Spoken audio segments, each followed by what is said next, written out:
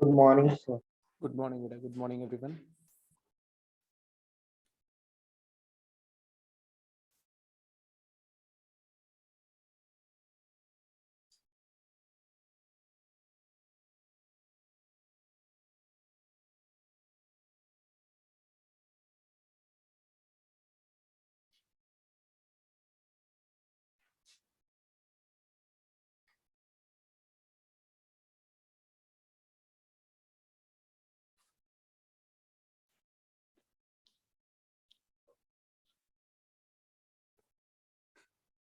अच्छा, कई बार ऐसा भी होता है ना कि आप टेस्ट के लिए ना पढ़ो, रूटीन में ठीक ठीक पढ़ते रहो और टेस्ट के लिए ना पढ़ो। एक दो बार एक्सपेरिमेंट करके देखना चाहिए। कई बार ऐसा होता है कि आपके दिमाग में या मोस्टली बच्चों के दिमाग में होता है कि when we specifically prepare for a test then probably I'll score better, and up to some extent chemistry में ऐसा हो भी जाता है क्योंकि ये एक कंटेंट बेस्ड सब्जेक्ट है, मेमोरी बेस है, काफ़ी कुछ उसमें, तो रिकॉल करना इजी हो जाता है अगर आपने रिसेंट पास्ट में रिवाइज किया हुआ चीज़ों को। तो but on the other hand एक और प्रॉब्लम होती है कि जो एनालिटिकल प्रॉब्लम्स होती हैं वहां पर आपका दिमाग जो है वो कम काम करता है अगर आप ज़्यादा वर्क करो सब्जेक्ट पर टेस्ट के स्पेसिफिक। तो एक बार दो बार ऐसा ट्राई करो, चाहे एक्सपेरिमेंट के तौर पे, कि हम नहीं पढ़ेंगे, टेस्ट के लिए नहीं पढ़ेंगे। क्या होगा भाई, ज़्यादा से ज़्यादा क्या होगा, एक टेस्ट का स्कोर डिप कर जाएगा, कोई फर्क नहीं पड़ता। डिप करेगा तो तुम्हें फायदा ही होगा, क्योंकि जब स्कोर कम होता है तो तुम्हें वरी होती है, कंसर्न होता है कि यार ये सब्जेक्ट अच्छा प्रिपेयर्ड नहीं है ना। और बहुत ज़्यादा स्कोर ऊपर चला जाए तो नुकसान भी होता है कि लगता है ओवर कॉन्फिडेंस चल जाते हैं कि ये सब्जेक्ट तो मेरा बहुत अच्छा है, तो फिर उसको इग्नोर भी करने लगते हो। तो ना पढ़ के देखो, एक बार अगर तुमने नहीं पढ़ा और तुम्हें लगा कि ज्यादा से ज्यादा 10% 5% का फर्क पड़ता है स्कोर में, तो फिर तुम्हारी हैबिट पड़ जाएगी नहीं पढ़ के टेस्ट देने की। लेकिन इसका मतलब नहीं कि पढ़ना ही बंद कर दोगे, मतलब तो उसके बाद आप ना रूटीन को फॉलो करो, स्टडी का रूटीन को फॉलो करो, एकदम बैलेंस रूटीन रखो, आराम से पढ़ो, कूल माइंड से रहो और टेस्ट को कूल माइंड से दो। क्योंकि जितना कूल और ओपन माइंड से टेस्ट देंगे ना, उतना आपका एनालिटिकल एबिलिटी भी अच्छी रहेगी, वहां पर आपका स्कोर भी अच्छा रहेगा, मिस्टेक्स कम होंगे, आपसे कंफ्यूजन कम होगा, और वही आपका नेचुरल स्कोर होगा, ये मान लो। और उस नेचुरल स्कोर के बेसिस पर अपनी स्ट्रेटजी को प्लान करो। ठीक है, अगर मेरा नेचुरल स्कोर किसी सब्जेक्ट में 100 नंबर का टेस्ट है और 60 आ रहा है, कोई प्रॉब्लम नहीं है भाई, 60 नंबर कोई गलत स्कोर थोड़ी है। बट हमारा एक्चुअली नेचुरल प्रिपरेशन जो है वो 85 की नहीं है और स्कोर 90 आ रहा है, तो ये गलत है, एक रॉन्ग स्कोर आपके दिमाग में जा रहा है, मतलब रॉन्ग एक सिग्नल जा रहा है तुम्हारे सबकॉन्शियस माइंड में, तो वो कहीं ना कहीं लॉन्ग टर्म में आपको नुकसान करेगा। तो ये एक दो बार फॉलो करके देखो इसको।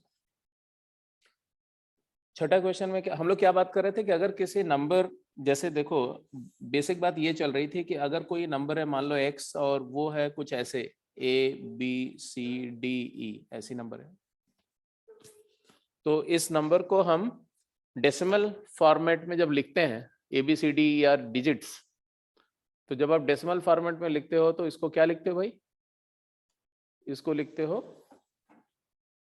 A times 10 raised to the power 4 plus B times 10 cube plus C times 10 square plus D times 10 plus E। तो इसी नंबर को हम वेरियस वे से एक्सप्रेस कर सकते हैं। For example 10 times K plus E भी लिख सकते हैं, क्योंकि ये सारे टर्म जो है वो 10 से डिविजिबल है, तो 10 कॉमन लेकर के इंटीजर प्लस E हो जाएगा। तो अगर आप किसी नंबर को 10k प्लस E बोलते हो तो E जो है ये रिमाइंडर क्या है, remainder is the unit digit, है ना, रिमाइंडर इज यूनिट डिजिट।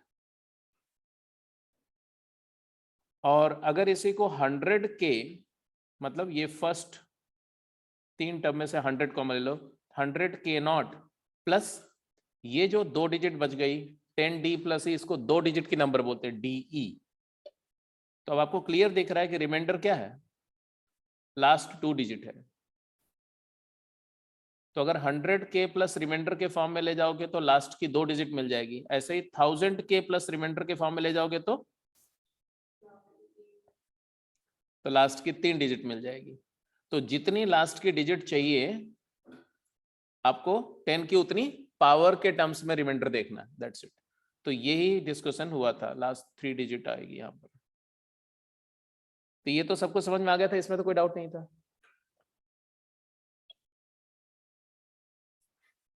और ये भी मैंने बताया था कि यूनिट डिजिट के लिए आप इसको ना ही फॉलो करो तो अच्छा है। यूनिट डिजिट के लिए periodic properties of number follow करो।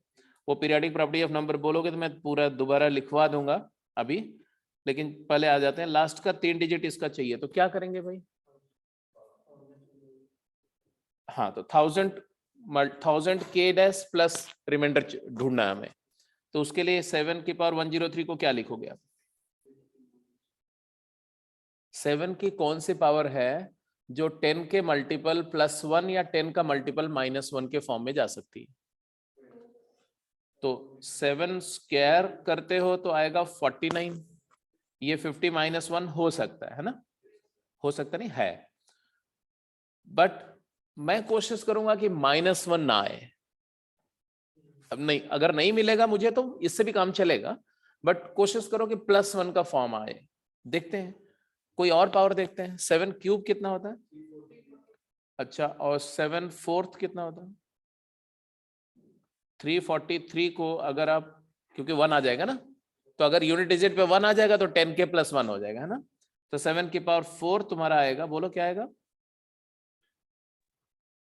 2401। 2401। तो आई वुड से दैट 7 की power 4 can be written as 2400 +1 and it is going to serve our purpose well, क्योंकि ये 10 स्क्वायर का मल्टीपल +1 हो रहा है, तो एक टर्म के बाद दूसरे टर्म में 10 की पावर 4 हो जाएगा, तो 4 डिजिट आ जाएगी शुरू की, है ना? अब बात आती है कि इसको मुझे इस फॉर्म में ले जाना 7 की पावर 4 में, तो हम क्या करें? 7 क्यूब अलग कर दें इंटू 7 की पावर क्या लिख दें? 100, जिसको 7 की power 4 raise to the power 25। 7 की पावर 4 को हम क्या लिख दें? 2401, मतलब 2400 प्लस 1 की पावर 25। अब इसका एक्सपांशन करें तो क्या आएगा? 7 क्यूब तो आप जानते ही हो 343 है, 243 है, 343 एंड इनटू इसका एक्सपेंशन में 25C0 plus 25C1 into 2400 plus into 7, sorry ये इंटू नहीं, प्लस अगला, हाँ अगले सारे टर्म में 10 की पावर 4 तो आना ही आना मिनिमम। तो 25C2 इंटू 24 इंटू 10 की पावर 4 एंड ऐसे ऐसा आएगा। तो मैंने बोला कि यहां तक तो 10 की पावर 4 का मल्टीपल आ रहा है सारा आगे का, तो इसको 10 to the power 4 multiplied by some integer k लिख दो। अब जरा इसको देखो, ये क्या है?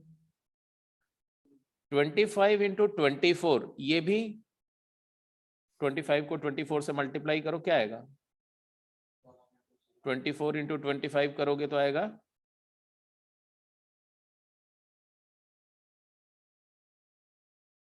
600। अरे भाई 25 इंटू 25 करते हैं तो 625 होता है ना, तो 600 आ गया। 600 और 2400 था, तो यहाँ पर क्या आ जाएगा? 2 जीरो, और ये भी 6 इंटू 10 की पावर 4, तो ये तुम्हारा हो गया 6 इंटू 10 की पावर 4, और ये तो 1 है, तो देख ही रहे आप। तो अब शायद आपको समझ में आ गया होगा क्या? It is 343 multiplied by what? 1 plus 10 की पावर 4 इंटू सम कोशेंट क्यू, चलेगा? 10 की पावर 4 कॉमन लिया, k और 6 का समेशन को मैंने q लिख दिया, q इज एन इंटीजर। अब बेसिकली आएगा ये 10 की power 4 into 343 times q plus 343। ये जो नंबर है इसका लास्ट का 3 डिजिट क्या होगा? इस नंबर का लास्ट का 3 डिजिट क्या, लास्ट का 4 डिजिट क्या होगा? 0। अगर किसी नंबर को आप 10 की पावर 4 से मल्टीप्लाई करते हो तो उसकी टर्मिनल में 4 डिजिट होंगे। तो मैं इस नंबर को लिख देता हूं कि this number has last 4 digit 0। इसमें तो कोई डाउट नहीं, 4 से ज्यादा भी 0 हो सकते हैं, बट मिनिमम 4 जीरो तो कंफर्म हो गए। और इसमें एक नंबर ऐड कर रहे हो 0343 तो जो रिजल्टिंग नंबर होगी उसका लास्ट का 4 डिजिट दिख रहा है कि नहीं? हाँ, तो लास्ट का 4 डिजिट जो होगा उस नंबर का क्या होगा? 0343। तो आपसे पूछा गया था लास्ट का 3 डिजिट ना, नहीं 3 डिजिट, बट हमने आंसर कर दिया 4। तो अच्छी बात है, बढ़िया है, आपको इनाम मिलना चाहिए इस बात का। लास्ट 4 डिजिट मिल गया, ठीक है। अब इसका तुम बी पार्ट का आंसर करो।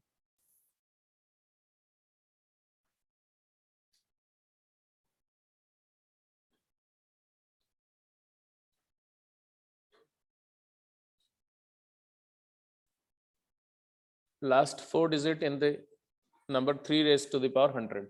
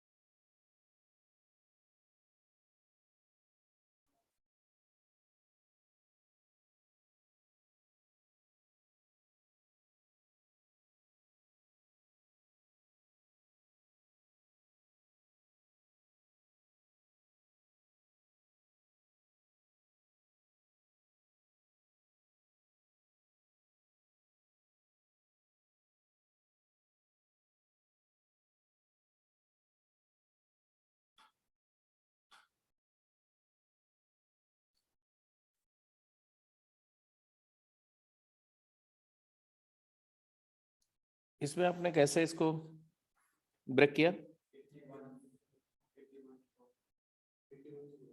तो आपके पास जो ऑप्शन है वो 3 की पावर 4 इज 81 है ना, और 3 की पावर 5 क्या होता है वैसे? 243, और 3 की पावर 6 क्या होता है?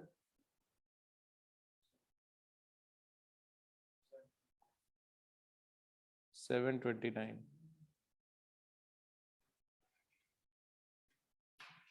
अच्छा, 3 की पावर 8 क्या होगा?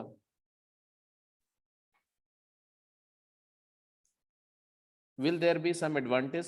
3 की पावर 8 अगर लेते हैं तो 81 इंटू 81 हो गया ना, कोई एडवांटेज है क्या? No sir. कोई एडवांटेज नहीं। हाँ, क्योंकि 81 और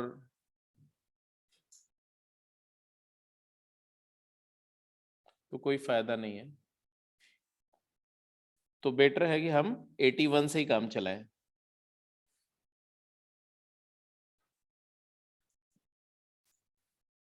तो 81 से करेंगे तो आप क्या लिखेंगे इसको, इस नंबर को 3 टू द पावर 100 को आपने क्या लिखा? 81 की पावर 100 मतलब 80 प्लस 1 या 1 प्लस 80 की पावर 100, कितना? 25। या इसी को लिख सकते हैं 25C0 plus 25C1 into 80 plus 25C2 into 80 square plus 25C3 into 80 cube and so on, ऐसे ही है। What is 25C01? 25 ये क्या हो गया? 25 इंटू 80 2000,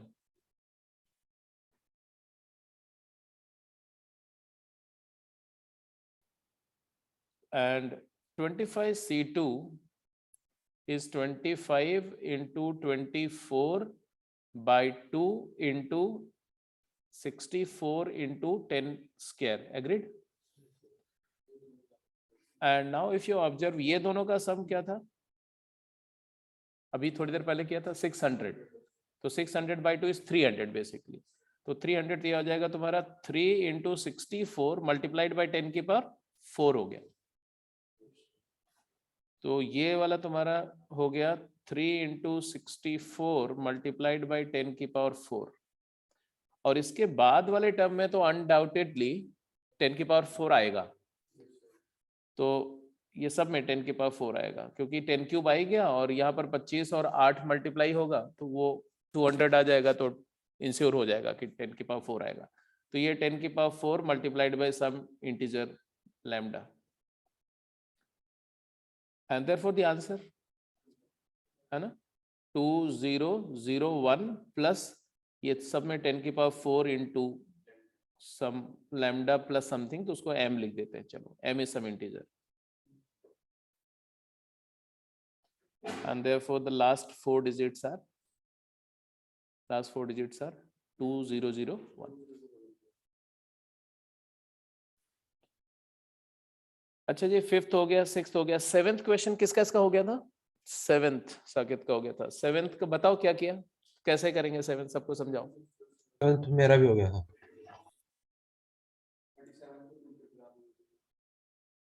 हाँ एक सेकंड, चलो कौन आपका हो गया है और किसका हुआ? सुकृत तुम्हारा हो गया? मेरा हो गया सर।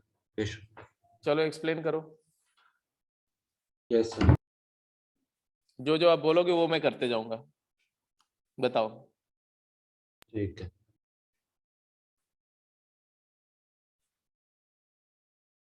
पहले ना इसको ये 1 मिनट में अपनी कॉपी खोल।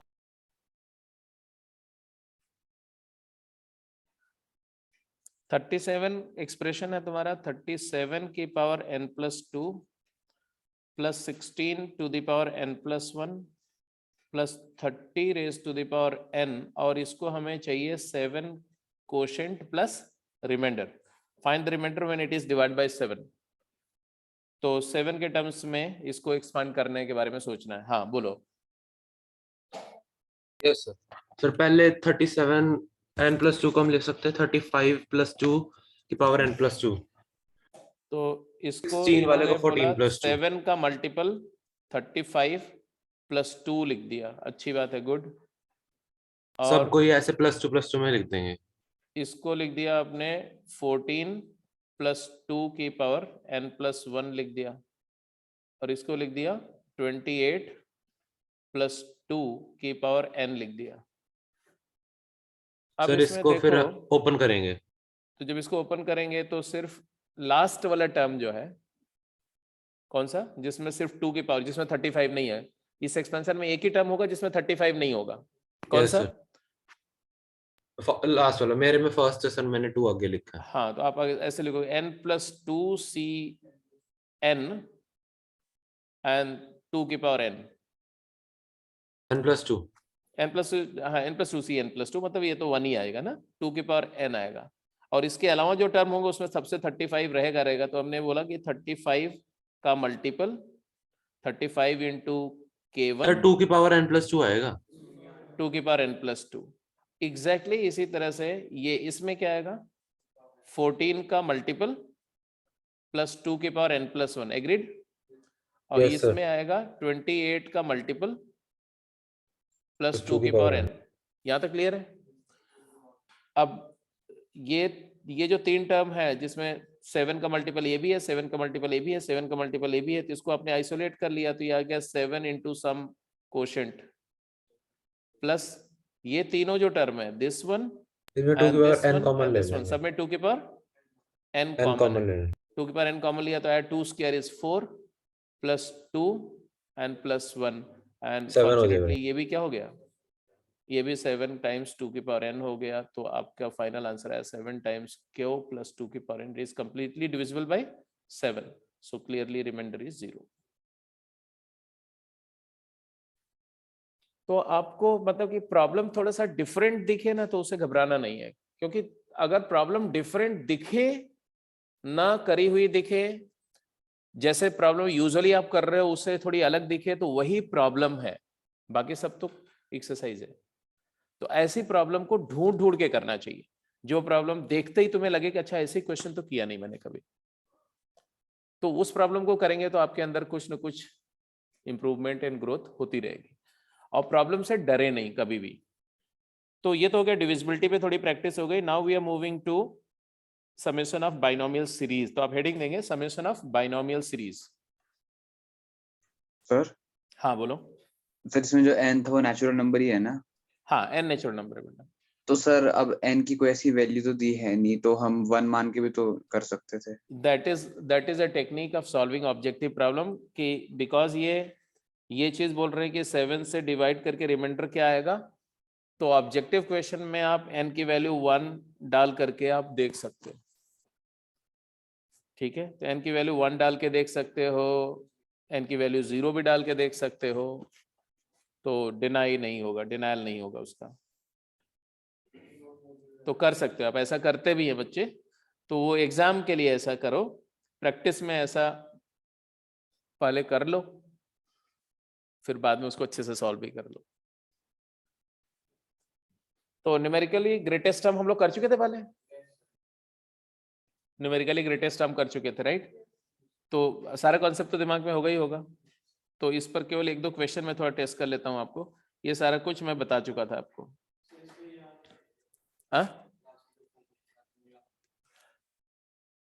हाँ याद ही हो जाना चाहिए, हो जाएगा याद इसलिए क्योंकि देखो बड़ा सिस्टमेटिक है। n index plus 1 divided by 1 plus magnitude of x by A. हाँ magnitude of a by X, x by A नहीं a बाई एक्स। तो वो जो क्वांटिटी है उसको अल्फा मान लो।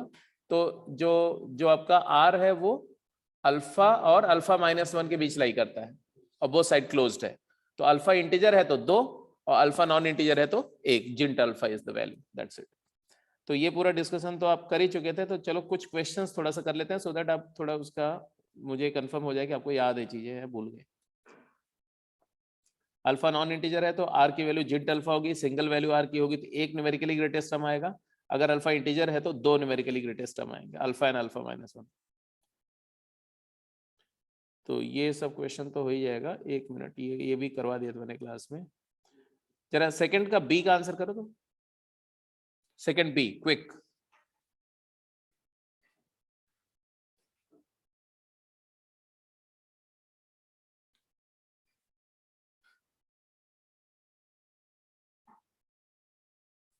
न्यूमेरिकली ग्रेटेस्ट टर्म क्या होगा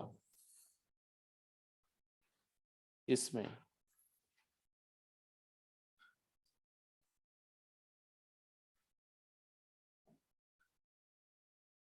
तो पहले आप अल्फा कैलकुलेट कर लो, n plus 1 over 1 plus mod of a by x. a हमारा क्या है 1 है और x की जगह 4x है, n है 8, 8 plus 1 9 divide by 1 plus 1 by 4x is 4 by 3, तो 3 बाई 4 हो गया। नेट वैल्यू आ जाएगी 36 by 7। It is definitely non integer, 7 5 जा 35, 5.14 समथिंग ऐसा कुछ आएगा। अगर अल्फा इंटीजर नहीं है तो आर की वैल्यू आएगी जिंट ऑफ अल्फा। जिंट अल्फा मतलब क्या है, इसका इंटीजर पार्ट 5 है, आर 5 आ गया तो which term is greatest term? tr plus 1, tr plus 1 that is t6 is greatest term। और वो t6 कैलकुलेट करना होगा तो क्या आएगा 8c5 एंड 4x मतलब 4/3 की पावर 5। ये तुम्हारा ग्रेटेस्ट टर्म है।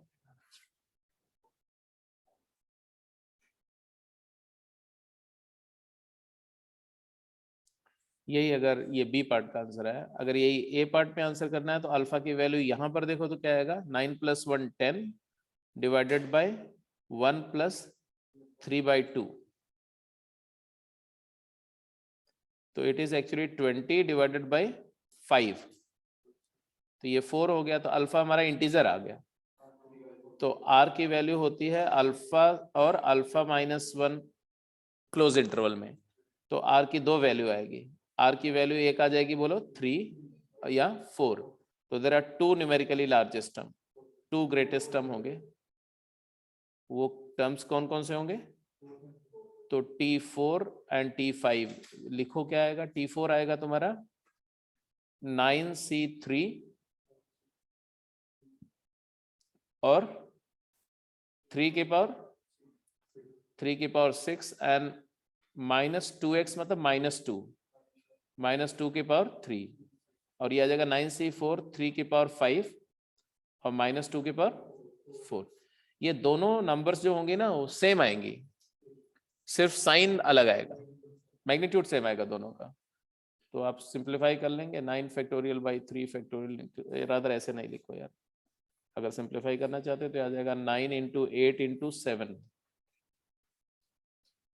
बाई 6, नेगेटिव साइन के साथ आएगा 2 क्यूब इंटू 3 6, वेयर ये वाला आएगा 9 into 8 into 7 into 6 by 4 factorial is 24। तो 8 6 एंड 24 से 2 आ जाएगा, मल्टीप्लाइड बाई 2 की पावर 4 इंटू 3 की पावर 5। जब फाइनल सिंप्लीफिकेशन करेंगे तो दोनों का same magnitude and opposite sign आएगा, दैट्स इट। तो इसलिए न्यूमेरिकली लार्जेस्ट बोल रहे हैं क्योंकि मैग्नीट्यूड दोनों का सेम है। अगला क्वेश्चन पे चलते हो। ये क्वेश्चन का आंसर करो। क्वेश्चन बोल रहे हैं in the expansion of the expression x plus a to the power 15, if the 11th term is the geometric mean of 8th and 12th, then which term is greatest?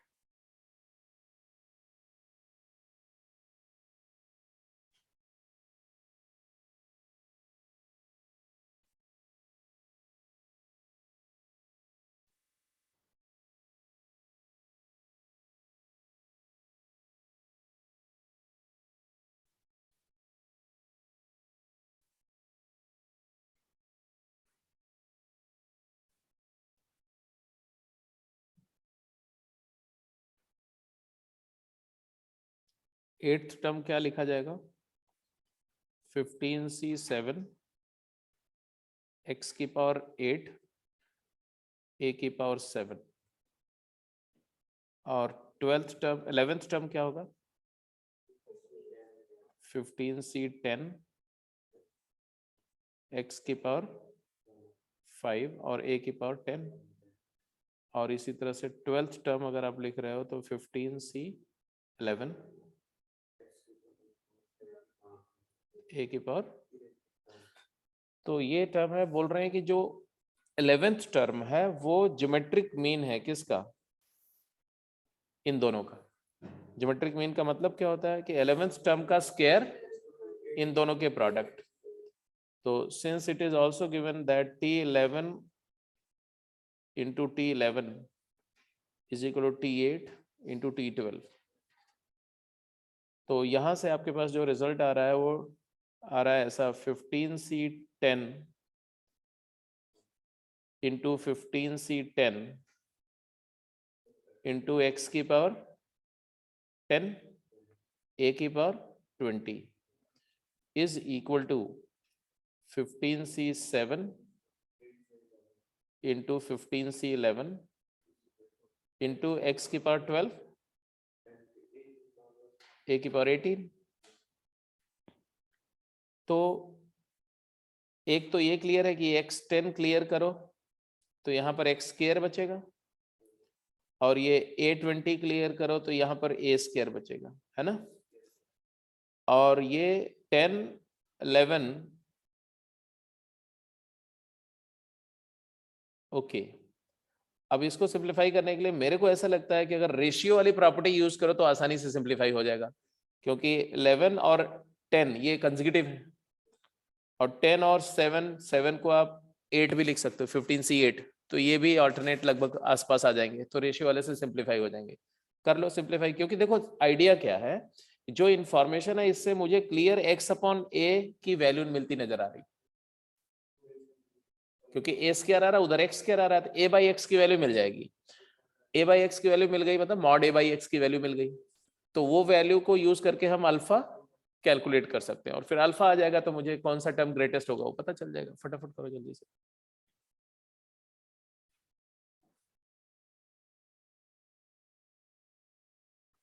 तो यहां से हमें मिल रहा है a/x का whole square is equal to 15C11 by 15C10 multiplied by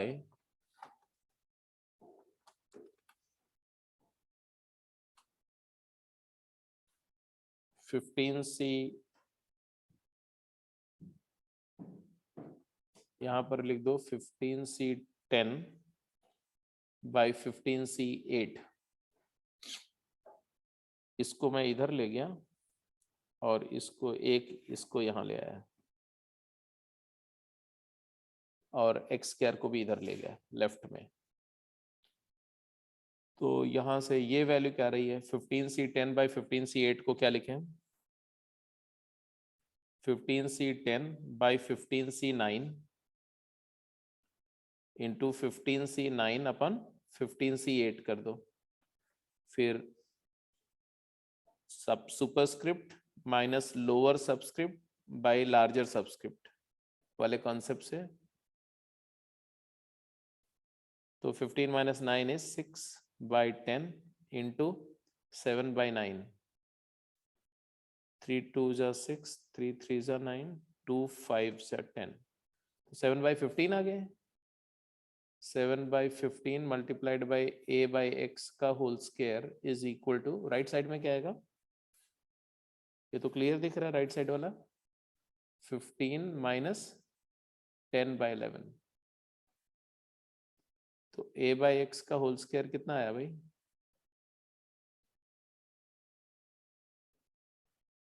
5 by 11 into 15 by 7, it is 75 by 77। तो a/x की value क्या आएगी, मॉड a/x की वैल्यू क्या आएगी, root of that,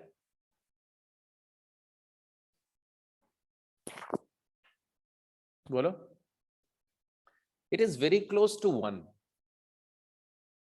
it is 0.99 something ऐसा कुछ आएगा,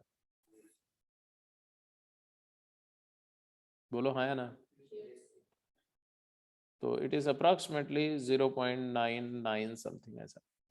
अच्छा हमें क्या चाहिए, हमें अल्फा चाहिए। अल्फा क्या होगा, n कितना था 15, तो 15 + 1 16 डिवाइडेड बाय 1 + 0.99 अप्रॉक्सीमेटली, ठीक है।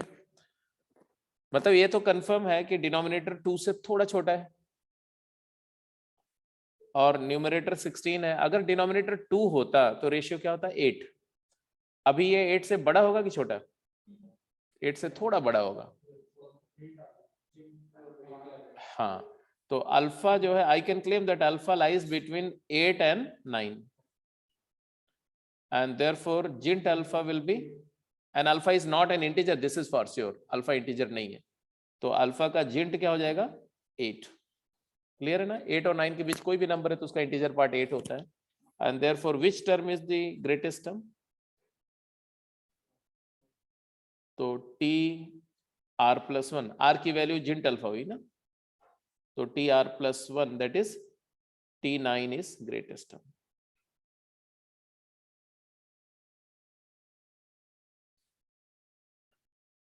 तो ये भी ठीक था, ठीक है, पक्का?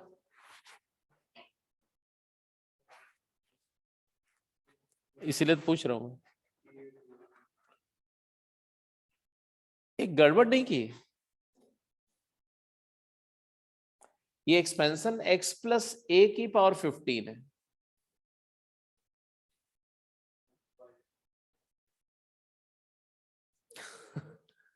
x प्लस a की पावर 15 है ना, तो x और a की पोजीशन इंटरचेंज हुई है, तो जो डेरिवेशन हमने तो a प्लस एक्स की पावर n के को लेकर के किया था, तो हाँ, तो a की जगह x और x की जगह a आ जाएगा। तो ये सब घपले भी होते हैं, और ये बहुत खतरनाक घपले होते हैं। जैसे कि अभी लास्ट ईयर नहीं, लास्ट ईयर केमिस्ट्री के पेपर में जे एडवांस में, हाँ वैसे उल्टा उधर से देख लो ऐसे, हाँ x बाई ए हो जाएगा, तो अपने आप आंसर चेंज हो जाएगा। a बाई एक्स की जगह x बाई ए करना पड़ेगा, मतलब a बाई एक्स की वैल्यू कितनी आई थी, तो x बाई ए का जो मैग्नीट्यूड है ना, वो उसकी वैल्यू आएगी 77 बाई 75, तो ये 1 पॉइंट समथिंग होगी, तो ये 2 पॉइंट समथिंग हो जाएगा। तो तुम्हारा r की वैल्यू जो आएगी वो 8 और 7 के बीच चलेगी गिरेगी, अल्फा की वैल्यू।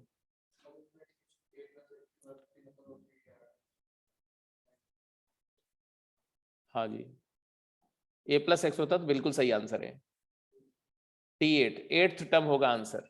सबको समझ में आ गई बात ना? अब ऐसा घपला बहुत मेजर होता है। मैं बता रहा था आपको कि 2 साल पहले जो जेई का पेपर था, जे एडवांस का पेपर की बात कर रहा हूँ, उसमें कुछ सॉल्यूशंस का कोई प्रॉब्लम था। सॉल्यूशंस एंड कॉलिगेटिव प्रॉपर्टी आप पढ़ेंगे, आई थिंक +2 में स्टार्ट होता है पहला टॉपिक फिजिकल का।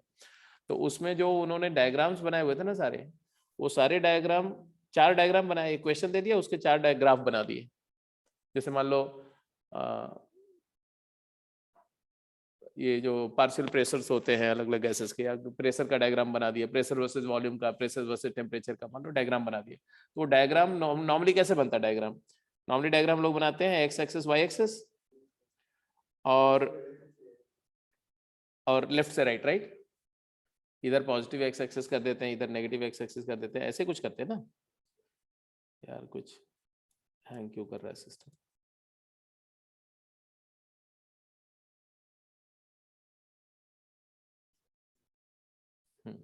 नाराज हो गए, बोला कि नहीं आप केमिस्ट्री की बात मत करो।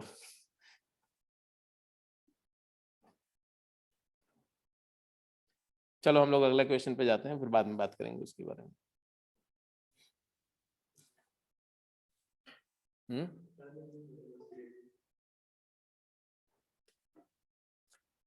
उन्होंने कुछ ऐसा कर दिया था कि राइट से लेफ्ट की तरफ डायग्राम ड्रॉ कर दिया था, मतलब इधर प्लस वाई एक्सेस की जगह एक्स एक्सेस कर दिया था, और एक्स एक्सेस की जगह वाई एक्सेस कर दिया था, और डायरेक्शन लेफ्ट की तरफ कर दी थी। इधर पॉजिटिव एक्स, इधर पॉजिटिव वाई, जैसे इधर पॉजिटिव एक्स था ना, तो इधर पॉजिटिव वाई कर दिया था, और इधर नेगेटिव वाई कर दिया था, और इधर एक्स का पॉजिटिव कर दिया था और इधर नेगेटिव कर दिया था, ऐसा उल्टा कर दिया था।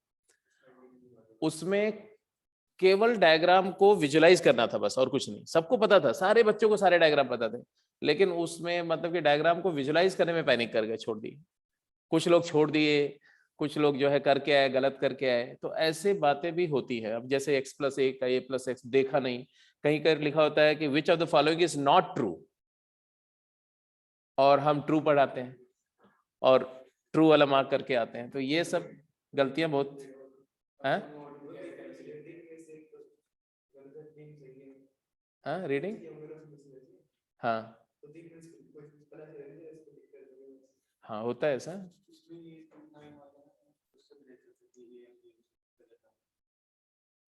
किस वाले को? हम्म।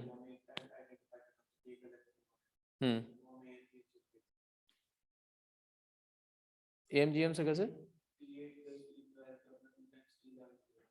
हम्म हम्म। हम्म।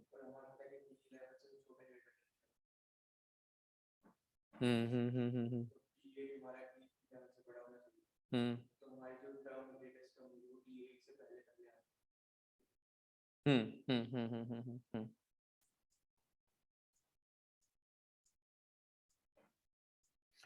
चलो हम लोग कोएफिशिएंट की बात करते हैं। Application of properties in summation of binomial series.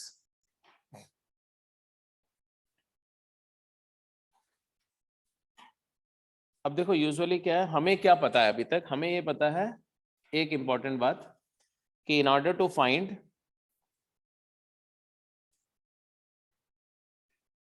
To find summation of numerical coefficient किसी भी एक्सपेंशन में, sum of numerical coefficient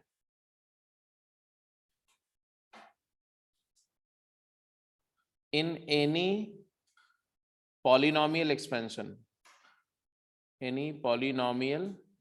expansion या multinomial expansion, क्या करते हैं हम लोग? हाँ, we put the values of all variable equal to 1. जैसे अगर मैं ऐसा बोलूं कि 1 plus x plus 3x square raised to the power 15, और इसका एक्सपेंशन कुछ ऐसा है a0 plus a1x plus a2x square plus a3x cube and so on so forth a30 x की पावर 30, ऐसे कुछ आएगा एक्सपेंशन। तो इस एक्सपेंशन में अगर आपसे पूछा जाए कि फाइंड या evaluate the following a0 plus a1 plus a2 plus a3 and so on up to a30, पहला पार्ट। दूसरा part a0 plus a2 plus a4 plus a6 up to a30, and तीसरा part a1 plus a3 plus a5 up to a29. How do you do?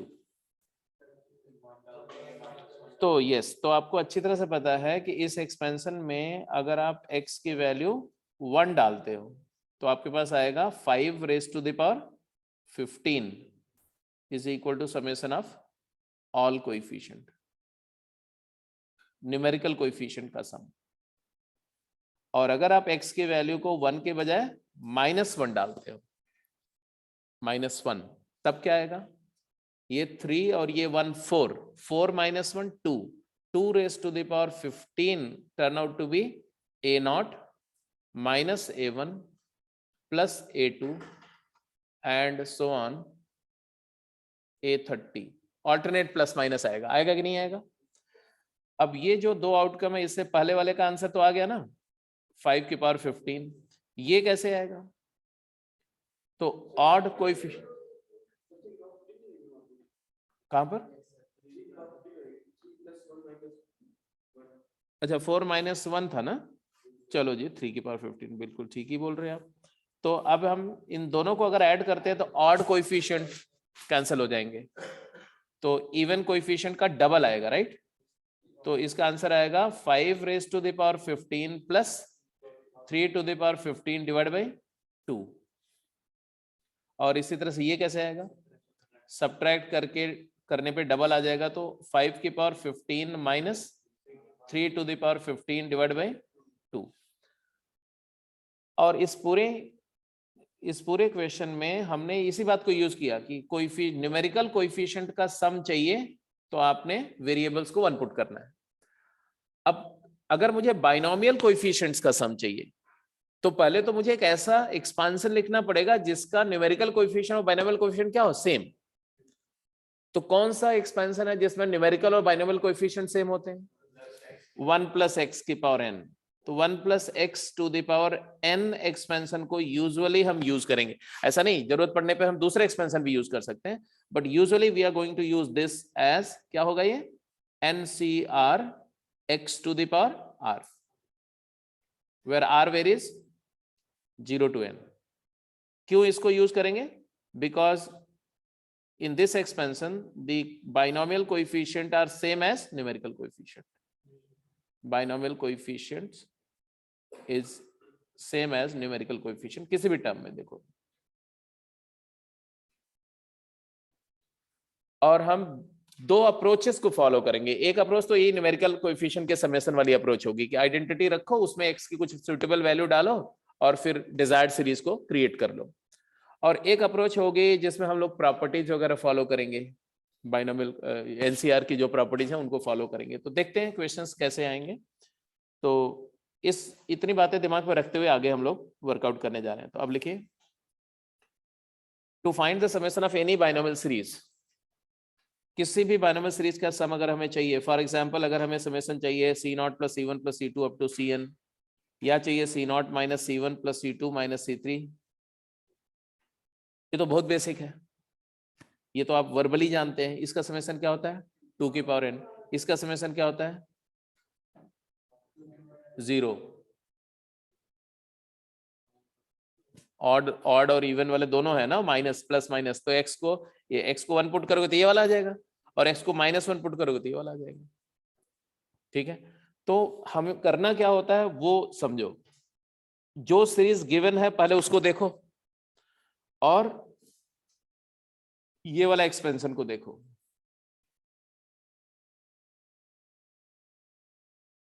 ये दोनों expansions को देखना है पहले, फिर आपको क्या करना है, just try to compare, look at this general term and look at general term of this. मतलब हमें जिस सीरीज का सम चाहिए उसका पहले तो जनरल टर्म लिखो। तो पहला स्टेप क्या होगा, अभी लिखना नहीं, समझो सर। पहला स्टेप होगा एक्सप्रेस द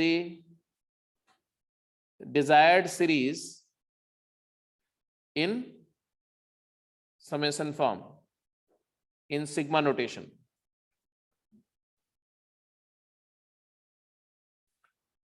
जैसे इस सीरीज का सिग्मा नोटेशन क्या है, ये वाले की बात करें, दूसरे वाले की सिग्मा नोटेशन में क्या लिखोगे भाई, तो ऐसा लिखेंगे सिग्मा -1 की पावर r, -1 की पावर r NCR, और r की वैल्यू 0 से n तक वेरी कर रही है। तो ये जो डिजायर्ड सीरीज है, जिस सीरीज का हमें समेशन फाइंड करना है, उसका जनरल टर्म को पहले वो ऑब्जर्व करो and compare it's general term with TR+1 with general term of this identity. ये एक आइडेंटिटी है ना, इस आइडेंटिटी से आइडेंटिटी 1,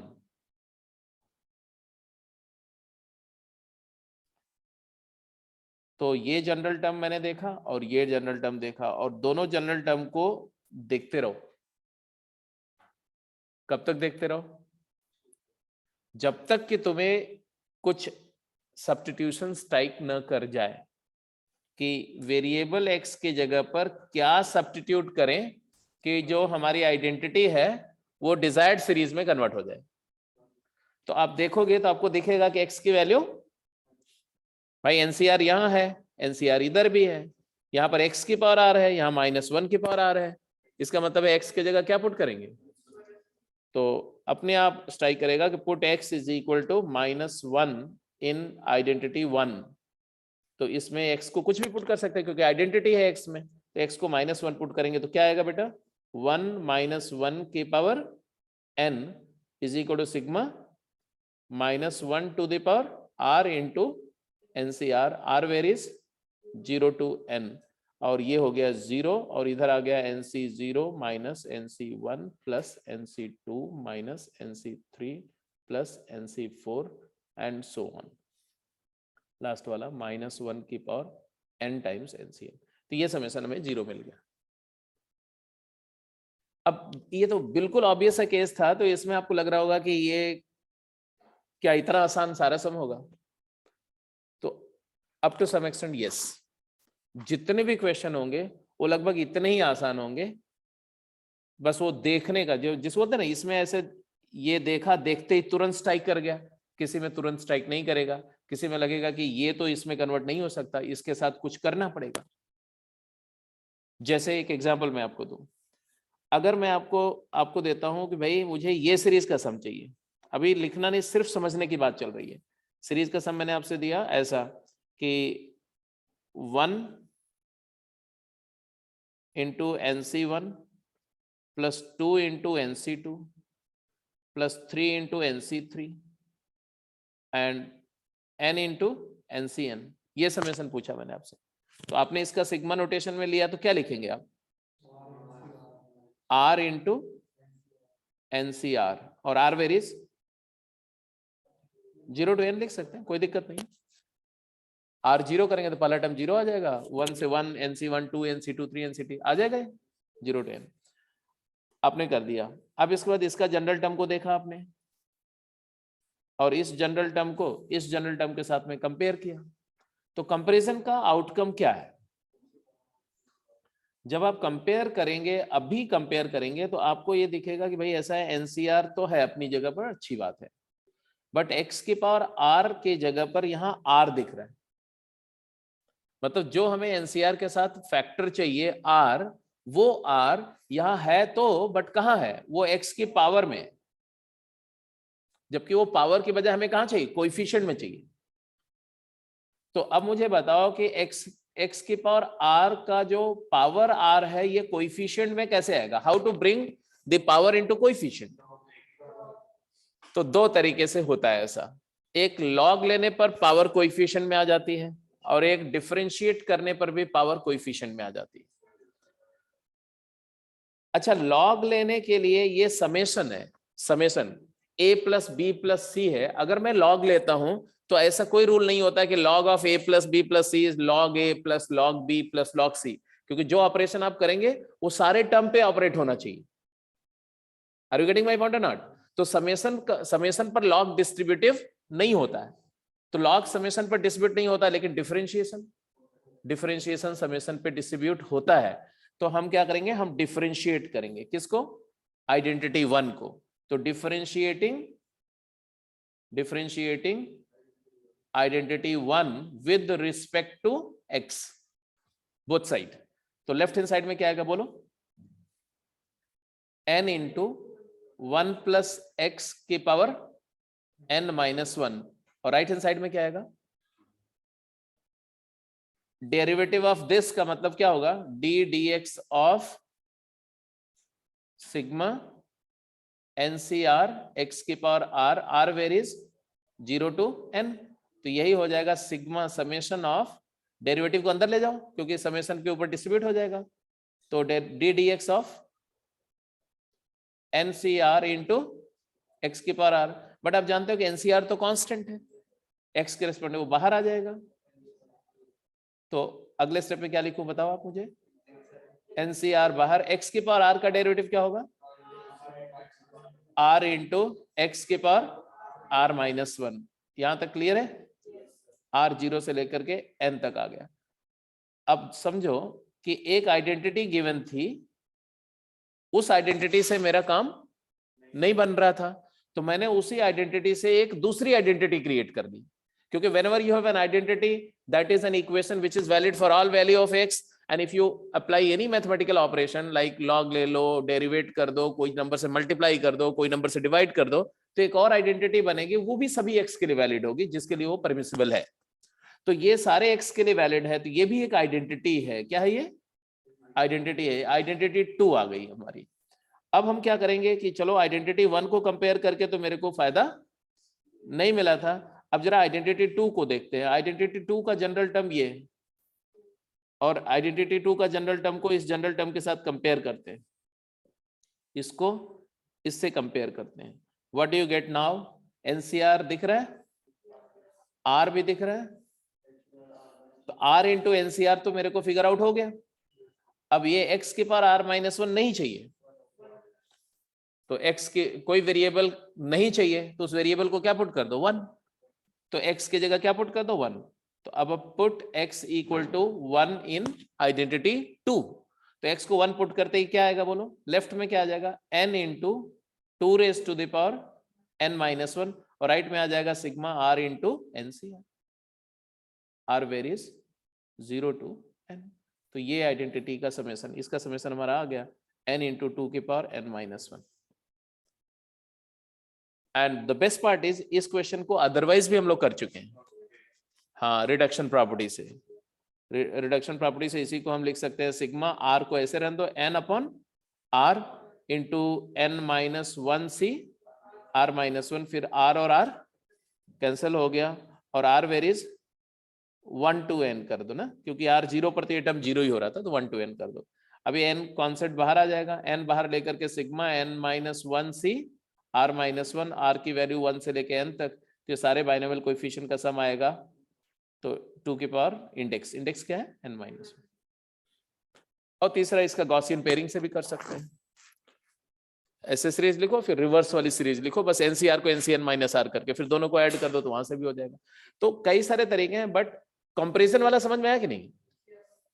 कंपैरिजन वाले में हमें एक आइडेंटिटी को डिजायर्ड सीरीज से क्या करना है, कंपेयर करना है. सॉरी. तो चलो आप समझ में आ गया, तो अब आप लिखना शुरू करो.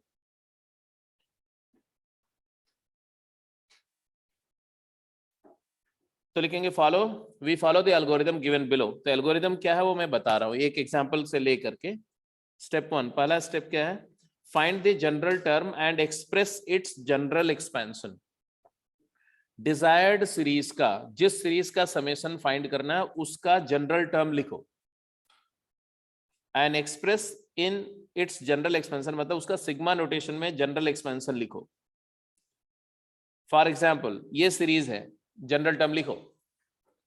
अगर एक सीरीज है C0 by 3 plus C1 by 9 plus C2 by 27 plus C3 by 81 and so on, n+1 term की एक सीरीज है,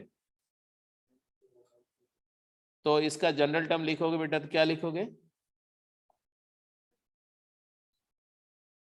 हाँ ठीक है, NCR अपॉन 3 की power R plus 1 sigma R varies 0 to n.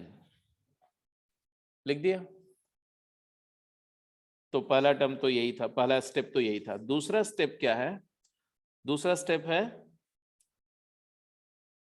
इसको हम ऐसे भी लिख सकते हैं, देखो, क्योंकि NCR के साथ x की पावर r होता है ना.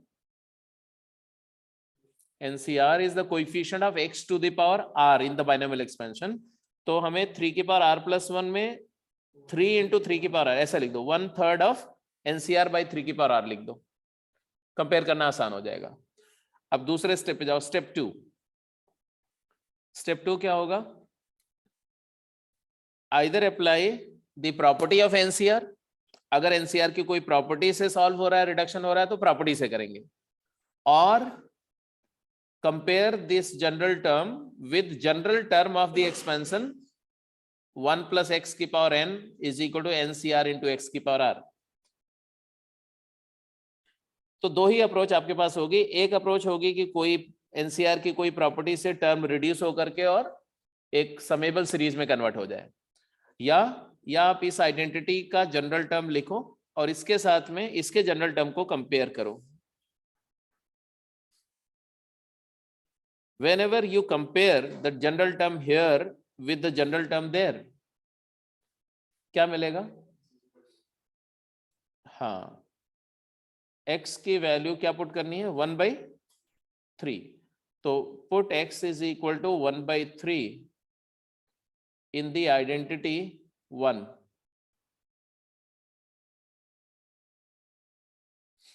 तो हमारे पास आया है 1 plus 1/3 raised to the power n is equal to sigma NCR into 1/3 to the power r varies 0 to n. But हमें चाहिए डिजायर्ड सीरीज जो कि इसका 1/3 है. तो मल्टीप्लाई बोथ साइड बाय 1/3. तो आपको मिलेगा 1/3 times summation NCR into 1/3 to the power r where r goes 0 to n is equal to, ये है 4/3 की पावर n into 1/3. तो एक्चुअली आंसर आएगा 4/4 to the power n upon 3 to the power n plus 1. या ऐसा भी लिख सकते हो कि 2 की पावर 2n अपॉन 3 की पावर n प्लस 1। तो ये हमारा फाइनल समेशन आ गया डिजायर्ड सीरीज का।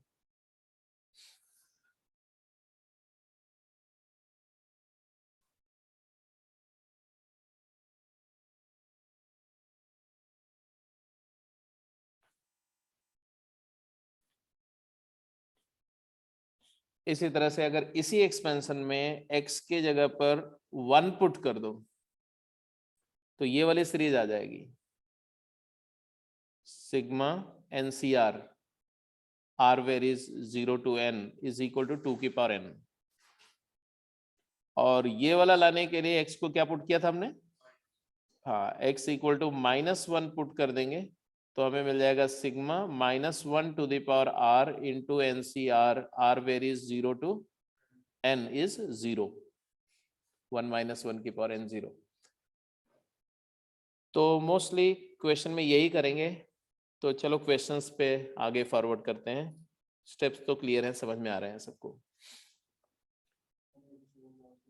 हाँ क्या नोट नहीं किया था? कोई बात नहीं, नोट कर लो, कर लो नोट।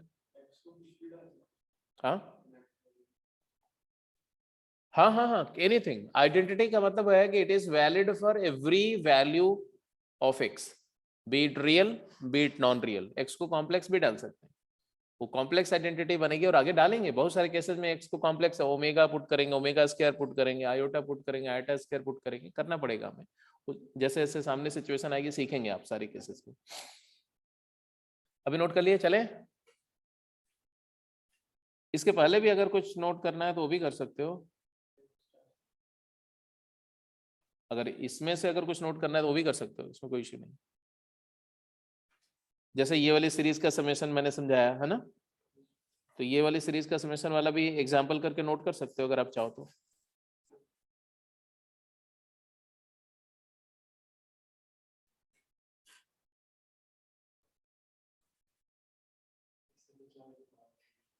हाँ क्या बोल रहे हैं? इससे पिछला है, पहले ये वाला कर लो फिर दिखा रहा हूँ उसको। अच्छा ये पूरा नोट कर लिया?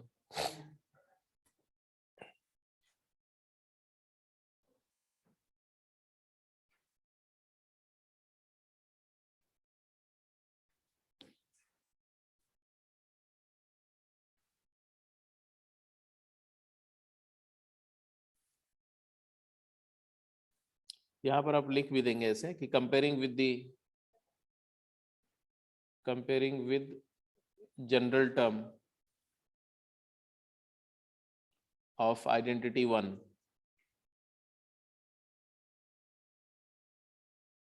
तब आप लिखेंगे and then differentiating 1 with respect to x, फिर ये लिखेंगे, फिर ये लिखेंगे, फिर ये लिखेंगे और फिर put x equal to 1 and get the summation.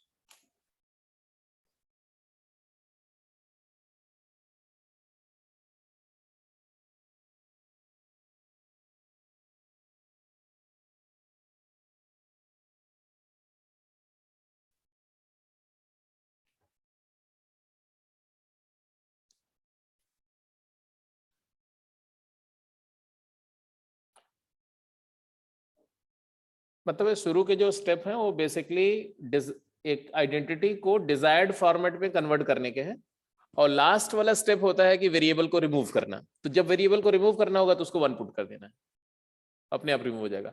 Alternate sign वगैरह आ रहा है तो -1 पुट कर देंगे। इसके पहले भी कुछ देखना है?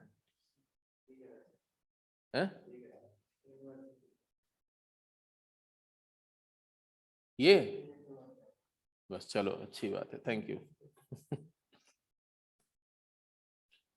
ठीक है, तो ये सब हो गया था। x की पावर r 1/3 की पावर r था, तो इसलिए कम। अब कई कई बच्चे बोलते हैं सर ये x इक्वल टू 1/3 कैसे आपने जज कर लिया? तो आई होप आप ऐसा नहीं बोलेंगे, क्योंकि x की पावर r अगर 1/3 की पावर r है तो आपको समझ में आ ही गया होगा ये चीज। चलिए जी, तो फर्स्ट क्वेश्चन हो चुका है, सेकंड क्वेश्चन ऑनवर्ड शुरू हो जाइए जल्दी से। हाँ बोलो। हाँ वो मुझे पता है, मुझे पता है कि इसका 1 घंटे का अलार्म होता है।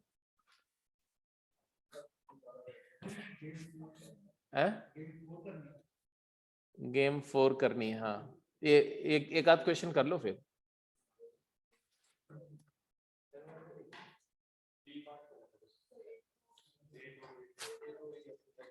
हाँ, सेकंड का ए हो चुका है, सेकंड का बी करो। अच्छा, सेकंड का बी क्या? अगर मैं ऐसा एक क्वेश्चन दूं, ध्यान से सुनो। अगर मैं ऐसा बोलूं कि a times NC0 plus a plus b times NC1 plus a plus 2b times NC2 and so on a plus NB times NCN, इसका समेशन क्या होगा? How to get this summation?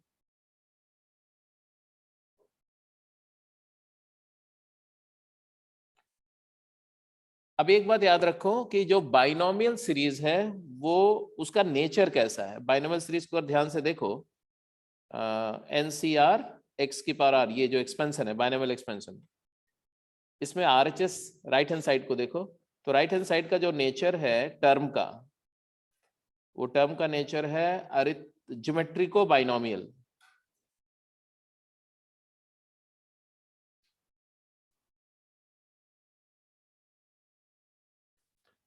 When I say geometrical binomial, you should immediately recall arithmetico GP, AGP, arithmetico geometric, arithmetico harmonic, ऐसा।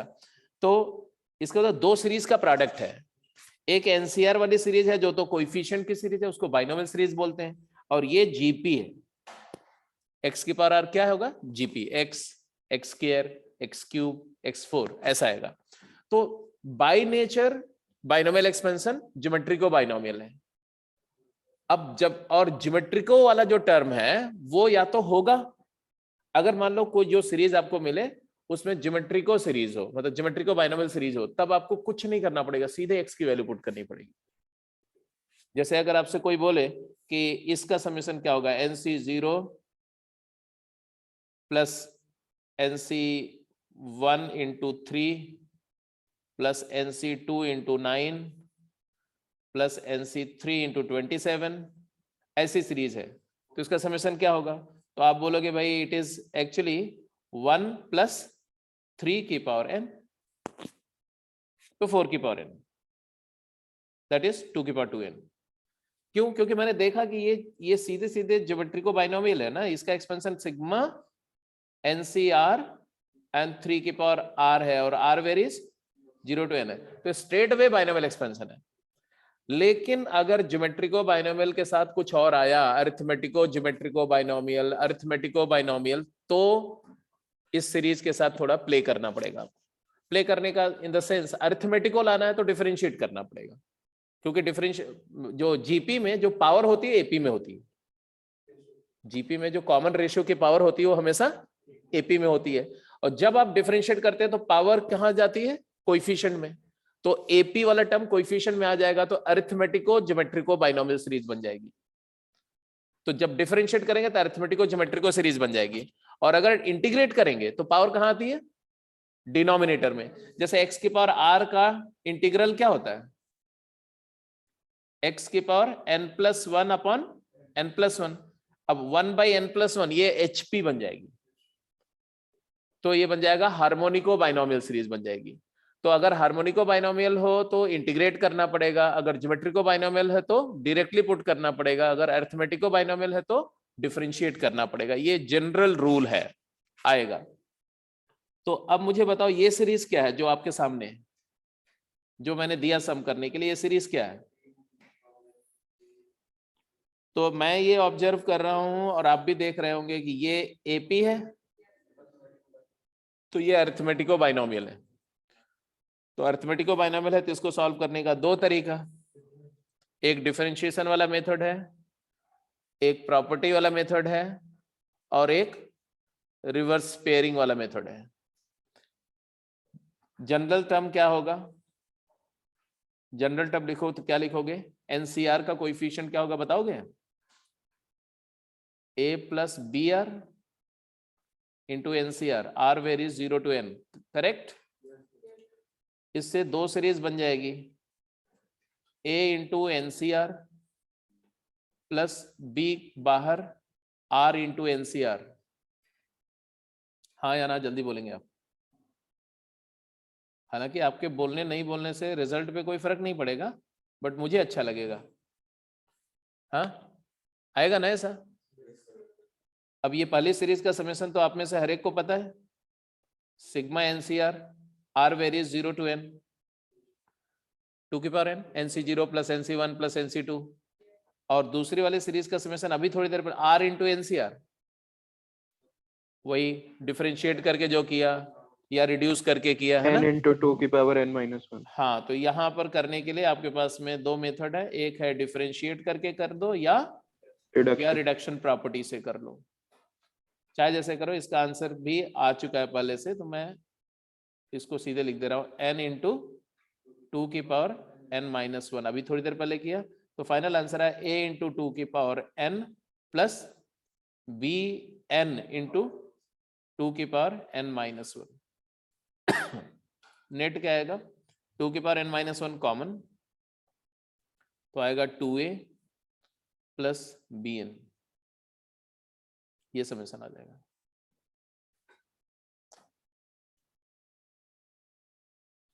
ठीक है, बोलो हाँ या ना, बोलो। अब मैंने बोला कि इसको डिफरेंशिएशन और रिडक्शन प्रॉपर्टी से कर जाएंगे, ये तो क्लियर सबको समझ में आ रहा है, बट इसको हम एक और तरीके से सॉल्व करके दिखा रहे हैं, वो जरा देखिएगा। इसको अगर नोट कर चुके तो मैं इसको हटा रहा हूं, हटा दो इसको, ये लो। तो इसको सॉल्व करने का एक दूसरा तरीका ये है कि आप इस सीरीज को, तरीका से ज्यादा इंपॉर्टेंट है कि क्यों वो हम कर पा रहे हैं वो जानना। ये सीरीज तो लिखी हुई है ऐसे, इसी सीरीज को अगर मैं ऐसा लिखूं तो आपको कैसा लगेगा? a plus N B nc0, ये जो लास्ट टर्म है ncn को nc0 लिख सकते कि नहीं? तो इसको फर्स्ट टर्म लिख दिया, और सेकेंड लास्ट क्या होगा? a plus n-1b into nc1, a plus n-2b। अच्छा, क्या आप जज कर सकते हो कि मैं ऐसा क्यों कर रहा हूं? लास्ट वाला टर्म आ जाएगा a टाइम्स ncn, नहीं वो तो आपने बोल दिया ऐड कर देंगे, वो नहीं, मैं पूछ रहा हूं ऐसा मैंने क्यों किया। ऐसा इसलिए किया क्योंकि मैंने दो चीजें ऑब्जर्व करी। एपी की प्रॉपर्टी होती है कि इक्विडिस्टेंट टर्म का समेशन कांस्टेंट होता है, फर्स्ट और लास्ट को ऐड करो, सेकंड और सेकंड लास्ट को ऐड करो, थर्ड और थर्ड लास्ट को ऐड करो, सेम नंबर आती है। और बाइनोमियल की प्रॉपर्टी, बाइनोमियल सीरीज की प्रॉपर्टी होती है कि इक्विडिस्टेंट सेम होते हैं। तो यही दो ऑब्जर्वेशन को मैंने यूज किया, कैपिटलाइज किया कि इक्विडिस्टेंट है तो लास्ट वाले का NCn-r से फर्स्ट वाला कोएफिशिएंट में कन्वर्ट कर लिया, उससे फर्स्ट वाले के साथ इसको क्लब किया, तो फर्स्ट और लास्ट का एपी वाला टर्म ऐड हो जाएगा।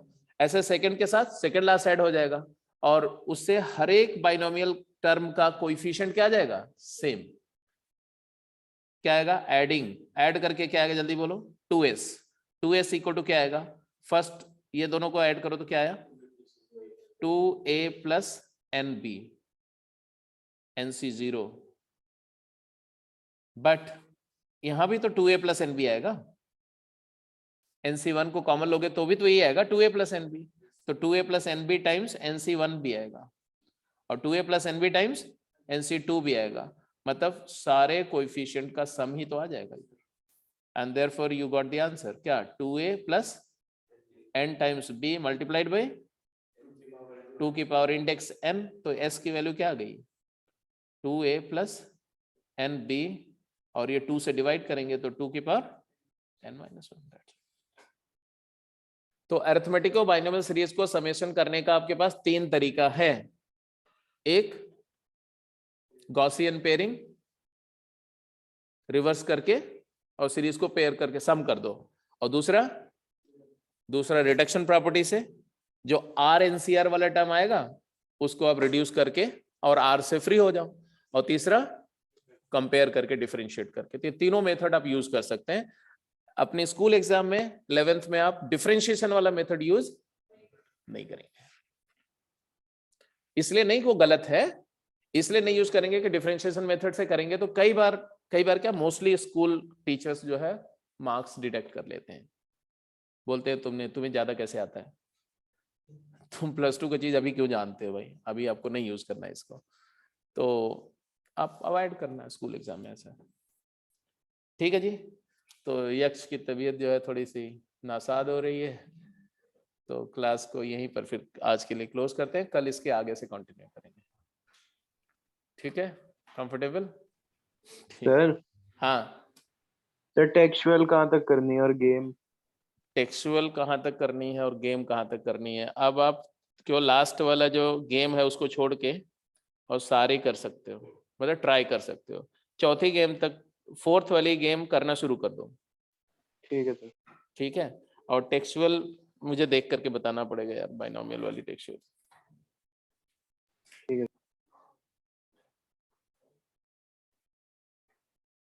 मैं अभी टेक्सचुअल भी ग्रुप में डाल दे रहा हूँ कहाँ तक करनी है।